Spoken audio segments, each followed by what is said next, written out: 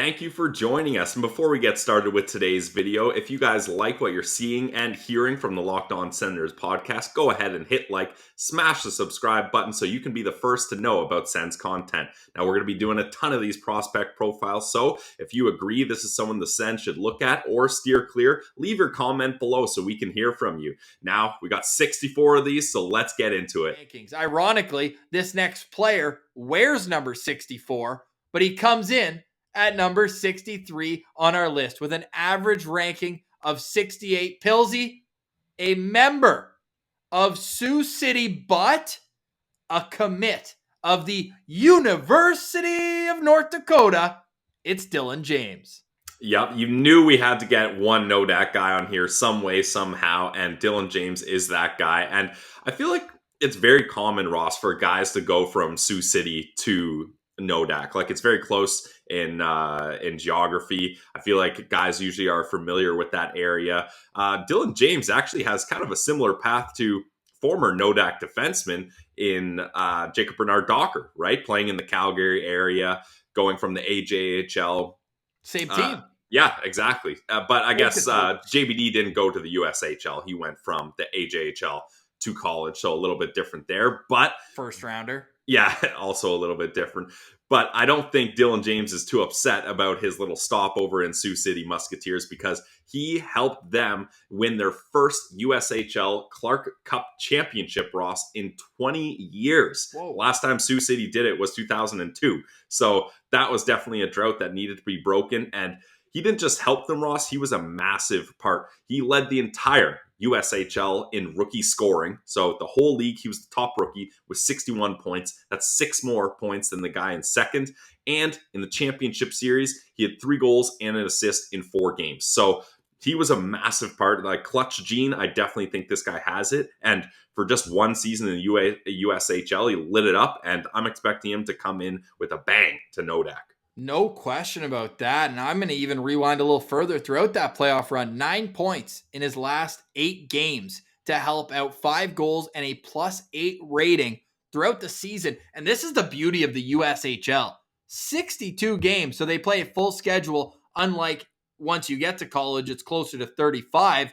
But 28 goals, 61 points. The guy mixes it up a little bit as well. 39 penalty minutes. He's got a big frame for a 6-foot player. Already 181 pounds, plays left wing, and he was left off some of these rankings, but Craig Button is high on him, has him at 55.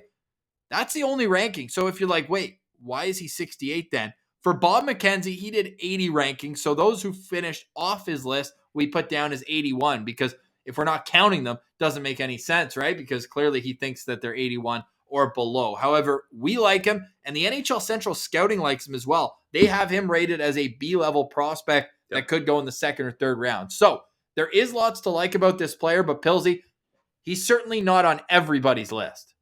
Yeah, and that's fair. And we will admit some bias. Him going to Nodak definitely has our eye pointed on him a little bit more here. But I think there's not a whole lot of info on Dylan James yet either. That's like we're still got a ways to go till the draft comes here. I think as rankings get updated and scouts start kind of broadening their net here past just the first round, or even some guys just have like top 12 kind of done, I think we're going to see some more hype for him, especially coming off a championship run there where he helps the Musketeers get the Clark Cup. So I like Dylan James. I gave him 3 out of 5 stars, Ross, because I think he's the type of player. I mean, if you're getting accepted to Nodak, that's already pointing the Sens into your direction and kind of just shows, hey, maybe we can make things work here. And the Senators love the prestigious free development that their prospects get going to Nodak. And talk to anyone who's familiar with the Nodak organization, and you'll hear glowing reviews, and the players will tell you just as much the same. So the fact that he's going there, the fact that he led rookie scoring in the USHL, and that he's got a championship under his belt now, I like him. So I gave him 3 out of 5 stars here. 4 of the 5 North Dakota products that Ottawa has drafted are born in Alberta. Jacob Bernard Docker, really?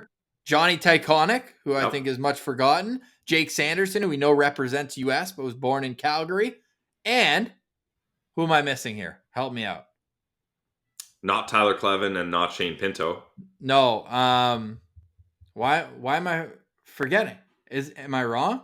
Well, are you counting Dylan James? Maybe I am. Yeah, so I'm in a pretzel here. Anyways, with Dylan James, you're getting a guy who's more substance than flash. He's kind of that big, powerful left winger. Scored a lot of his goals that I saw from right on top of the crease. But then he would surprise you. Not much off the rush, but there was a lot of just like laser quick release from the mid slot area, and he was beating goalies clean. So can he transfer that and make it all the way into the college ranks to do that, or will that extra step be a little bit more difficult? One thing that we know, and North Dakota just led college hockey once again in attendance, these players are going to be treated like pros. So I think that his style of game is really going to fit in there because he's not trying to dangle six guys, including the goalie on the ice there, and put the puck in the back of the net. He's more of just your meat and potatoes, get to the front of the net, but with an explosive stride. So I think his skating is going to be what separates him and allows him to get to the NHL level. At worst case, I think this is a guy who's going to be a third line, grinded out,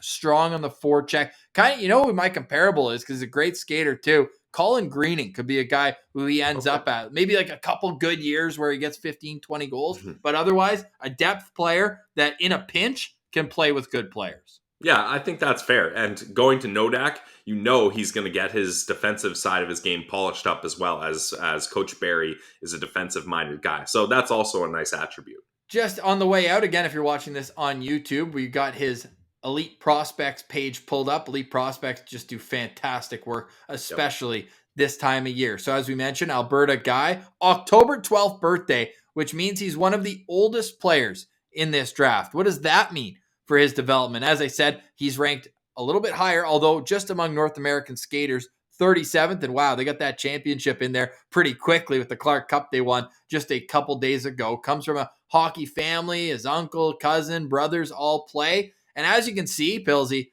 this guy has scored goals at every level that he's played in. From under 15s, 26 goals in 35 games, then 20 goals in 34 games, even in the AJHL, putting up 20 goals. So that 20 look at goal those playoff plateau. Points too, Ross. Oh yeah, buddy. Gets it done in the postseason. I mean, yeah, maybe we'll use his 14-year-old stats that much, but even still, man, when there's a consistent habit here in 8 points in 10 playoff games and none in the first game, I mentioned 8 in his last 9. Nice little cherry pick there to chop off the first game, but I love that for him. And obviously, he played on a good team there in Sioux City with the Musketeers, so he's a plus 18. But if that can continue at North Dakota, who we know does not rebuild, Pilsy, they reload at North Dakota. So excited to see what he can do there under the leadership of Coach Barry. I've got him as a 4-star guy, and I will admit a little bit of bias because I want to see another Sens prospect get involved at the Ralph.